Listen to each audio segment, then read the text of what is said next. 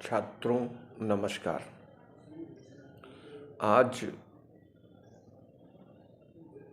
मैं आपके सामने एक प्रमुख बिंदु पर अपने विचार प्रस्तुत करना चाहूँगा। वह बिंदु है पर्सनल प्रॉब्लम एंड सॉल्यूशन। सामान्य रूप से संसार में कोई व्यक्ति ऐसा नहीं है जिसके पास कोई समस्या ना हो। किसी भी मनुष्य से पूछिए और क्या हालचाल है, तो वो यह कहता हुआ नजर आता है कि हमारे सामने ये समस्या है। समस्या अनुसंधान विदों के अनुसार वह एक सामान्य सा घटक है जो अवरोध के रूप में हमारे सामने उपस्थित होता है। सामान्य रूप से जब हम किसी उद्देश्य की प्राप्ति करना चाहते हैं और उस उद्देश्य की प्राप्ति में कोई बाधा उत्पन्न होती है तो उस बाधा को हम समस्या कहते हैं। समस्या को हम इस प्रकार से भी स्पष्ट कर सकते हैं कि यदि हमें किसी भी रास्ते पर चलना है और वह रास्ता हमारे उद्देश्य के अनुरूप नहीं होता है तो वह रास्ता हमारे लिए समस्या बन जाता है। समस्या का संबंध प्रत्येक सजीव प्राणी के लिए है। मनुष्य भी एक सजीव प्राणी है। चूंकि मनुष्य सबसे ज़्यादा संवेदनशील है, इसलिए समस्या का सामना सबसे ज़्यादा मनुष्य को करना पड़ता है। अब हम समस्या को समझने के विभिन्न तरीकों को समझेंगे। यानी कोई भी व्यक्ति समस्याग्रस्त है तो उसकी पहचान कर सकेंगे। How to identify that a person have a problem. First, his nature, उसकी प्रकृति में परिवर्तन आने लगता है जो समस्याग्रस्त होता है। हिज एटीट्यूड, उसकी मनोवृत्ति। सामान्य रूप से मनुष्य की मनोवृत्ति एक न्यूट्रल अथवा सकारात्मक तरीके की होती है। जब उसकी मनोवृत्तियों में किसी प्रकार का परिवर्तन आने लगे, यह परिवर्तन सकारात्मक भी हो सकता है, नकारात्मक भी हो सकता है, तब ये जान लीजिए कि उस व्यक्ति में समस्या आ गई। समस्या का संबंध छात्रों से भी होता है, शिक्षकों से भी होता है। समस्या का संबंध अन्य सभी घटकों से होता है। समस्या किसी छात्र के से जब निकटस्थ हो जाती है तो उस छात्र का पढ़ने में मन नहीं लगता। उसको प्रायः हर विषय या तो कठिन लगता है या तो अनर्गल लगता है। समस्या से यदि कोई सामान्य नागरिक ग्रसित हो जाता है तो उसको संसार की प्रत्येक चीज अपने प्रतिकूल लगती है। समस्या वह मनोवैज्ञानिक अथवा भावनात्मक अवधारणा है जिसका संबंध प्रत्येक मनुष्य से होता है। यदि इसे हम इस प्रकार भी सुनिश्चित कर सकते हैं कि सामान्य रूप से जब हम किसी कार्य को करना चाहते हैं, किसी विचार को सुनना चाहते हैं, किसी उद्देश्य की प्राप्ति करना चाहते हैं और उसमें किसी न किसी प्रकार से किसी न किसी प्रकार का अवरोध उत्पन्न हो जाए, यह अवरोध व्यक्तिगत हो सकता है, सामूहिक हो सकता है, सामाजिक हो सकता है, राजनीतिक हो सकता है, दार्शनिक हो सकता है, दैविक हो सकता है, भौतिक हो सकता है। तो ये जितने अवरोध हैं वो सब हमारी समस्या है।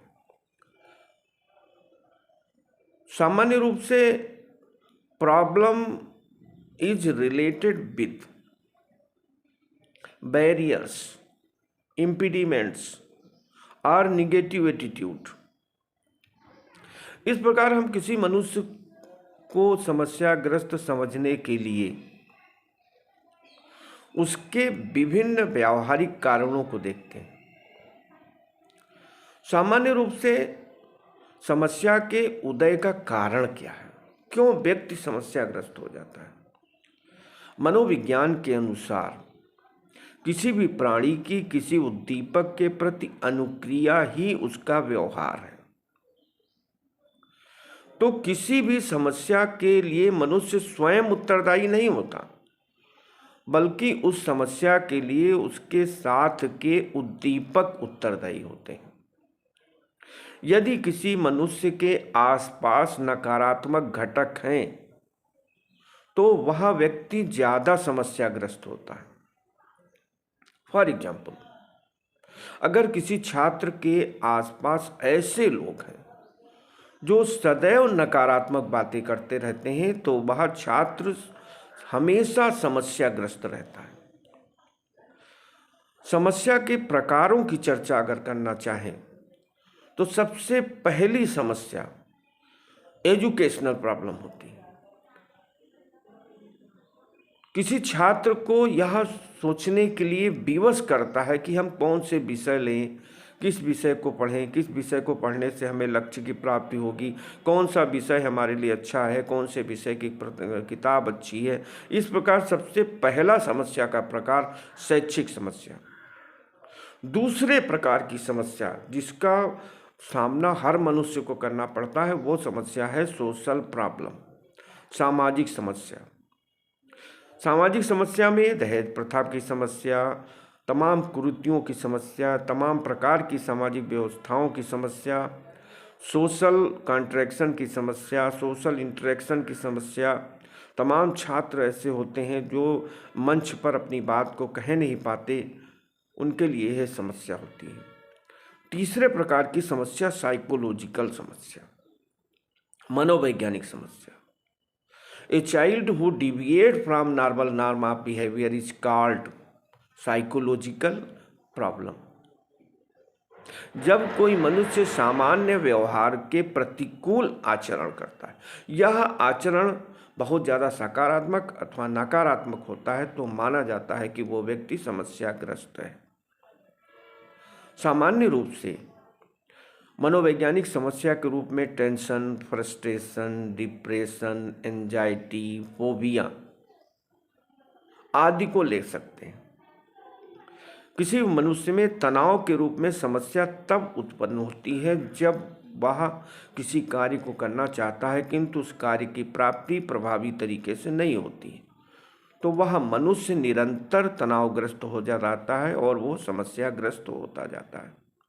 मनोवैज्ञानिक समस्या के संबंध में हम प्रभावी रूप से यह कह सकते हैं जब हमारा व्यवहार किसी भी घटना को मानने के लिए तैयार नहीं होता अथवा किसी भी नकारात्मक व्यवहार को हम जबरदस्ती मानने के लिए विवश होते हैं, तो माना जाता है कि हम समस्याग्रस्त हो रहे हैं। भारत में सबसे बड़ी समस्या एम्प्लॉयमेंट प्रॉब्लम, रोजगार की समस्या। एक बेरोजगार व्यक्ति समस्याग्रस्त होता है, लेकिन जब वह बेरोजगारी रोजगार में परिवर्तित हो जाती है तो प्रायः समस्याएं समाप्त होती हैं। अब हम थोड़ा सा समस्याओं की प्रकृति के बारे में बात करेंगे। जैसे पहली समस्या होती है सिंगल पाथ सॉल्यूशन। कुछ समस्याएं ऐसी होती हैं जिनका सॉल्यूशन केवल और केवल एक होता है। जैसे किसी भी मनुष्य को परीक्षा देनी है तो उसके लिए सॉल्यूशन केवल और केवल एक है कि हम परीक्षा में सर्वाधिक नंबर कैसे प्राप्त करें। किसी भी मनुष्य को अपने लक्ष्य तक जाना है तो उसके लिए एक समस्या होनी चाहिए कि हम लक्ष्य तक कैसे पहुँचें, यह समस्या। दूसरी समस्या के प्रकृति के संबंध में कह सकते हैं डबल पाथ सॉल्यूशन। ऐसी समस्या जिसके दो सॉल्यूशन होते हैं।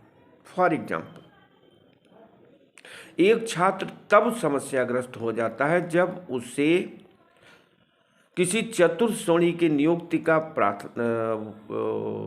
नियुक्ति पत्र मिलता है चतुर्थ श्रेणी पद के लिए, और साथ ही साथ उसे किसी बड़ी नौकरी के लिए ट्रेनिंग करने का प्रमाण पत्र मिलता है। अब उसके सामने समस्या होती है कि किस तरीके से जाए। इस समस्या को हम डबल पाथ सॉल्यूशन कह सकते हैं। तीसरा, जीरो पाथ सॉल्यूशन। यह समस्या, इस समस्या से ग्रसित व्यक्ति कुछ भी कर सकता है। आत्महत्या कर सकता है, या तालाब में डूब सकता है, या अपने आप को समाप्त कर सकता है। तमाम घटनाएं आप देखे होंगे।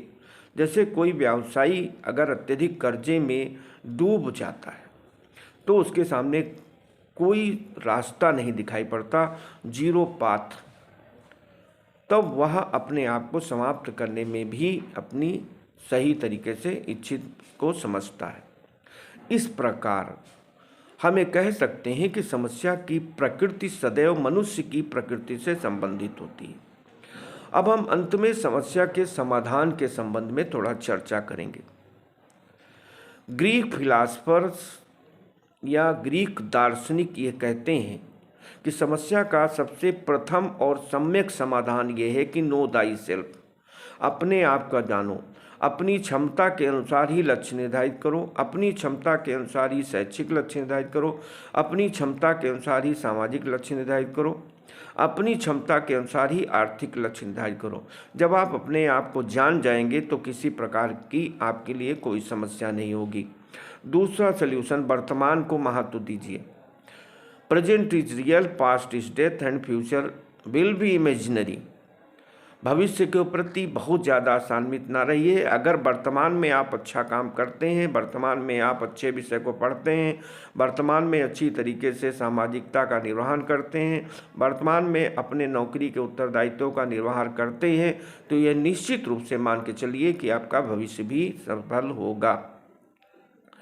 अवॉइड डे ड्रीमिंग, दिन में दिवा स्वप्न देखने की आदत को दूर कीजिए। जो लोग दिन में बैठे हुए सपने देखते रहते हैं कि हम ये बन जाएंगे, हम ये बन जाएंगे, हम ये बन जाएंगे, उनकी स्थिति प्रायः समस्याग्रस्त हो जाती है। इसलिए दिन में सपने बिल्कुल न देखिए। जो भी सपने देखिए वो धरातल पर देखिए। सबसे बड़ी चीज़, जीवन, life is important, do not waste it. यह जीवन बहुत ही महत्वपूर्ण है। जितने सजीव प्राणी हैं उसमें सबसे ज़्यादा महत्वपूर्ण किसी मनुष्य का जीवन है। इसलिए इस जीवन की प्रत्येक चीज़ को सही तरीके से व्यवस्थित कीजिए। समाज में तमाम ऐसे लोग हैं जो दिव्यांग हैं, विकलांग हैं, लेकिन उनकी विकलांगता उनके विकास में बाधक नहीं हुई। तो आप यह सोच करके अपने आप को धनी मान सकते हैं कि हमारे सभी अंग सही सलामत हैं। इस प्रकार यह व्यवस्था सुनिश्चित कर सकते हैं। भविष्य के प्रति बहुत ज़्यादा आशान्वित होने की आवश्यकता नहीं।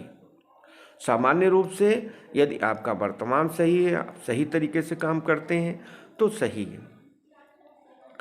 अंत में सल्यूशन केवल एक है गीता का कि कर्म को महत्व दें, भाग्य को नहीं। जो लोग कर्म अच्छी तरीके से करते हैं उनका भाग्य अपने आप सही हो जाता है।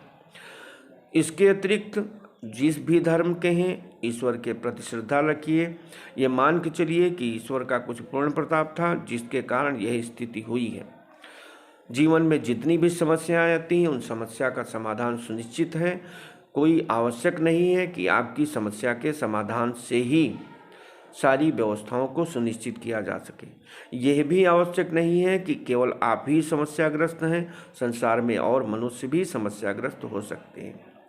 एक अच्छी समस्या यह बताती है कि आप उसका समाधान किस तरीके से कर सकते हैं।